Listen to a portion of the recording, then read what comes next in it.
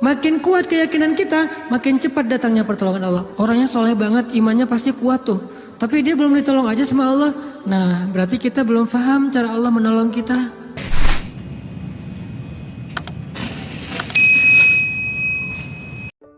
Kenapa? Modal kita dalam hidup tuh doa banget tuh. Saya ngerasa banget banyak keajaiban dalam hidup gara-gara berdoa. Bukan berarti saya udah soleh ya, bukan. Allah yang maha baik. Minta, ya Allah saya lagi butuh ini. Jadi duit kita teman-teman ada di sisi Allah. Jadi gak usah khawatir, tinggal minta. Teman-teman khawatir gak nyimpan duit di bank? Gak khawatir kan? Uang ada di bank 1M. Tenang kan? Kenapa kok tenang nitip uang 1M kepada manusia, tapi gak tenang menitipkan harta itu kepada Allah? Ini gak fair nih imannya nih. Kalau Allah lebih dahsyat daripada kartu dan buku rekening apa? Allah tidak pernah ingkar janji. La yukhliful mi'ad. Allah lah yang memberi kalian rezeki. Allah lah yang menjamin untuk kalian hidup. Sehingga buat saya pribadi, saya tuh orang kaya. Uangnya di mana Ustaz? Di Allah. Saya tuh orang kaya, punya banyak aset. Mana asetnya? Allah yang tahu. Saya nggak tahu, tapi Allah tahu. Kan gitu kan? Sederhana sebetulnya. Gampang banget. Duit ada di Allah. Sama kayak orang bilang, saya banyak duit, alhamdulillah sekarang ada beberapa ratus juta. Di mana? Di bank. Aman? Enggak. Walaupun kita merasa nyaman, tapi enggak aman. Kalau di Allah, kita enggak merasa nyaman. Padahal itu yang paling aman. Tapi kan enggak ada wujudnya Ustaz. Emang di bank ada wujudnya? Tapi kan enggak ada bukti apa-apa segala macam. Apakah Allah pernah ingkar janji? Enggak pernah. Tapi nariknya gimana Ustaz? Kalau ke bank kita tinggal datang ke tellernya, kita minta. Kalau ke Allah lebih gampang, gak perlu macet-macetan ke teller, gak perlu ngambil nomor antri, tinggal gini doang. Lebih mudah. Gak ada tapi untuk Allah. Tapi itu hanya berlaku buat kita. Sebaik apapun kita ada tapinya. Tapi kan dia juga manusia.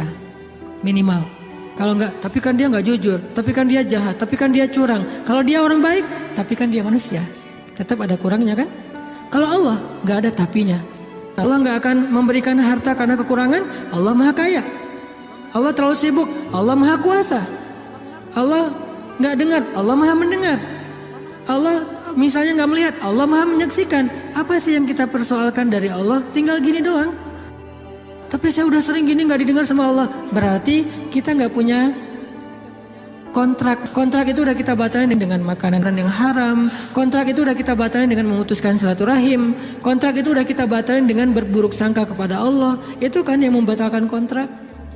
Begitu kita berburuk sangka kepada Allah, apa sih maunya Allah nih? Ya Allah, please tolong saya dong. Tapi ngomongnya apa sih maunya? Allah, batal kontraknya. Harusnya kita mengatakan, ya Allah, bantu saya ya Allah.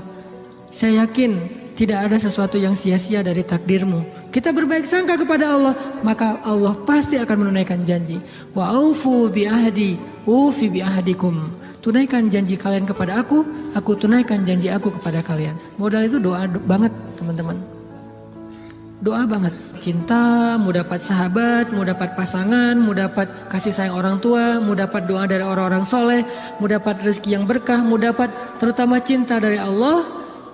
Caranya adalah menengadahlah ke langit, bukan ke bumi.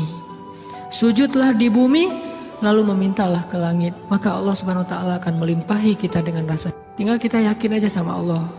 Masalah yakin inilah yang membuat kita kadang-kadang jadi harus menunggu. Menunggu keajaiban dari Allah tergantung tingkat keraguan. Makin besar ragu kita, makin lama kita menunggu datangnya pertolongan Allah. Makin kuat keyakinan kita, makin cepat datangnya pertolongan Allah. Orangnya soleh banget, imannya pasti kuat tuh. Tapi dia belum ditolong aja sama Allah. Nah, berarti kita belum paham cara Allah menolong kita. Allah nolong kita itu dengan dua cara teman-teman. Pertama, pertolongan UGD. Apa yang dilakukan Allah? Allah akan menolong hati kita terlebih dahulu. Bukan masalah kita diangkat, hatinya yang dikuatkan. Itu pertolongan Allah. Tapi diuji oleh Allah dengan sakit, dengan kemiskinan. Kok Allah gak mendengar doa dia? Enggak, Allah mendengar doa dia. Terus apa bukti pertolongan Allah? Allah gak langsung ngasih dia duit, sembuh dan segala macam. Bukan, Allah kuatkan hatinya. Sehingga kita gak habis pikir, kok dia bisa bertahan ya dengan kondisi kayak gitu. Kok dia tetap bisa bahagia ya dengan keluarganya dalam kondisi kayak gitu. Ibu di rumah teduh sahabat Iin itu, ibu ini pasien kanker apa gitu, beliau udah parah banget dan dirawat sendiri di rumah sakit, nggak ada yang jagain. Kenapa? Karena suaminya lumpuh. Kebayang nggak tuh ujian rumah tangga? Anaknya masih kecil-kecil, Salah satu anaknya tuh SMA ngurus ayahnya. Sementara suaminya lumpuh udah nggak bisa ngapa-ngapain, maaf. Buang air kecil, air besar di tempat tidur, semuanya di tempat tidur, nggak berdaya. Istrinya kanker stadium lanjut, dirawat di rumah sakit Hasan Sadikin, tapi nggak dapat kamar sehingga harus bolak-balik. Kalau bolak-balik ke rumah jauh, akhirnya tinggal di rumah teduh. Cuman yang pertanyaan istri saya agak heran, udah berapa lama suaminya lumpuh? Udah 3 tahun. Istri saya ngelihat anaknya baru 1 tahun. Loh, anaknya baru 1 tahun ya? Iya. Suaminya udah lumpuh 3 tahun. Terus gimana caranya? Maksudnya masih bisa dikasih keturunan, yang penting jangan dibayangin aja. Gak boleh ngebayangin. Kita hanya ngebahas hikmah. Kok bisa ya? Masya Allah luar biasa ya. Allah masih tetap ngasih kebahagiaan kepada mereka. Anak bayi sebagai hiburan buat mereka. Kalau suaminya lagi kangen anaknya dibawa ke rumah. Kalau istrinya lagi kangen dibawa ke rumah sakit. Ganti-gantian penyejuk hati mereka. Allah pengen menguatkan hati mereka dengan sakitnya lewat seorang bayi. Itu cara Allah menolong kita teman-teman sebelum diangkat masalah kita. Sehingga jangan salah paham kalau ada orang soleh miskin. Kalau ada orang soleh sakit. Kalau ada orang soleh kena musibah terus. Mungkin Allah tidak langsung menyelesaikan masalah dia. Tetapi Allah lebih suka untuk menjaga hati dia. Karena dengan cara kayak gitu Allah akan terus dekat dengan dia. Kadang kalau kita diselesaikan masalahnya oleh Allah tiba-tiba jadi jauh kan?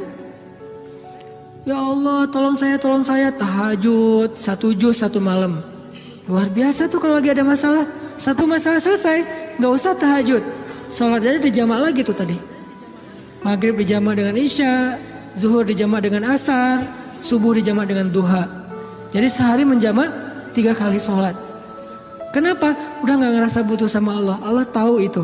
Makanya nih kayaknya hambaku nih kalau aku tolong nanti jauh lagi. Sementara aku kangen. Kan tetap happy, tetap bahagia. Yang gak bahagia itu orang yang lihat. Yang justru gak tega itu yang ngelihat, yang ngerasain. Biasa-biasa aja. Saya kadang-kadang gak habis pikir dengan beberapa orang teman saya soleh banget. Hidupnya tuh susah banget. Kerjaannya gak jelas, penghasilannya gak seberapa, anaknya banyak. Dan sering nunggak gitu di sekolah teh. Tapi saya lihat keluarganya, anak-anaknya senyum-senyum semuanya, pada hafal Al-Quran, suami istri akur segala macam. Kok mereka bisa bahagia dengan modal hidup yang cuma segitu, sementara ada keluarga lain yang modal hidupnya berlimpah tapi gak bahagia. Karena yang ini ditolong hatinya, yang itu tidak ditolong hatinya. Minta aja sama Allah, apapun masalah kita. Apalagi cuma masalah perasaan hati. Allah bolak-balikan hati sesuka Allah. Gampang banget buat Allah. Sama kayak kita menjalani hidup, ada masalah dikit tinggal gini kan. Sama kayak kita ada asuransi, ada masalah dikit tinggal klaim. Cuman ngeklaim asuransi kan lama nih. Kita harus bayar 200.000 dulu, kita harus ada prosesnya dulu. Kalau ke Allah, kenapa kita ngeluh? Kok lama banget ya Allah, kok lama banget? Enggak, kalau kita yakin akad kita dengan Allah di sini. Makin kuat di sini, makin cepat Allah menolong kita. Dan itu ajaib banget. Saya nolak kalau misalnya Allah mau mendatangkan sesuatu dalam hidup saya, gimana pun ditolak tetap akan datang. Tetap akan ketemu. Alam yajidka yatiman fa'awah wa wajadaka dhallan fahada wa wajadaka ailan fa'aghna. Itu yang jadi modal kita. Bukankah dulu kita pernah ngalamin masa-masa sendiri kemudian Allah beri kita keluarga? Masa-masa ketika kita bingung Allah beri kita petunjuk. Fa'ammal yatima fala taqhar wa ammas sa'ila fala tanhar wa amma bi ni'mati rabbika fahaddis. Apa maksud wa amma bi ni'mati rabbika fahaddis? Nikmat Tuhanmu itu dibicarakan. Maksudnya apa? Untuk membuat kita makin yakin sama Allah. Ya, dulu kan Allah pernah nolong kita. Dulu kita pernah lapar, Allah yang beri kita makan. Dulu kita pernah bingung di sebuah kota mau kemana, Allah kasih kita tempat tinggal. Dulu kita pernah bingung sendiri, Allah kesepian sendiri, Allah kasih kita keluarga. Itu yang dibahas untuk tajdidul iman, memperkuat iman kita kepada Allah Subhanahu wa taala.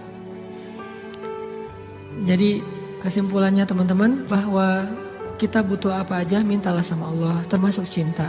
Jangan begging kepada manusia, karena itu akan menjatuhkan harga diri kita. Kalau mau begging, mengemislah kepada Allah Subhanahu wa taala. Makin kita mengemis kepada Allah, makin Allah angkat derajat kita. Makin mengemis makin mulia. Kalau ke manusia, makin mengemis makin hina. Mudah-mudahan ini menjadi booster buat kita, bukan hanya dalam masalah pernikahan, tapi juga dalam semua masalah hidup kita. Dan la tahzan Innallaha ma'ana. Gak usah khawatir, jangan sedih, jangan putus asa. Allah itu selalu bersama kita. Kenapa kita tidak mengandalkan ini dalam hidup kita?